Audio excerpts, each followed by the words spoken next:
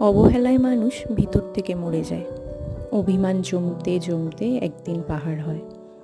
একসময় মানুষ প্রত্যাশা করাই ছেড়ে দেয়।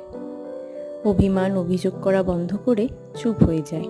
ইচ্ছেদের উড়িয়ে দেয় ওই দূর আকাশে। হাজারো চেনা মানুষদের ভিড় থেকে নিজেকে আড়াল করে রাখে সর্বক্ষণ।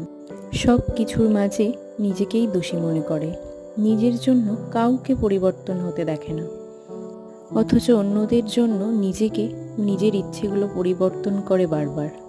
আর তখনই কেবল দীর্ঘশ্বাসে হঠাৎ হঠাৎ বোকা মনটা বলে ওঠে, জীবন কিংবা মুহূর্তগুলো আসলেই অন্যরকম হতে পারত।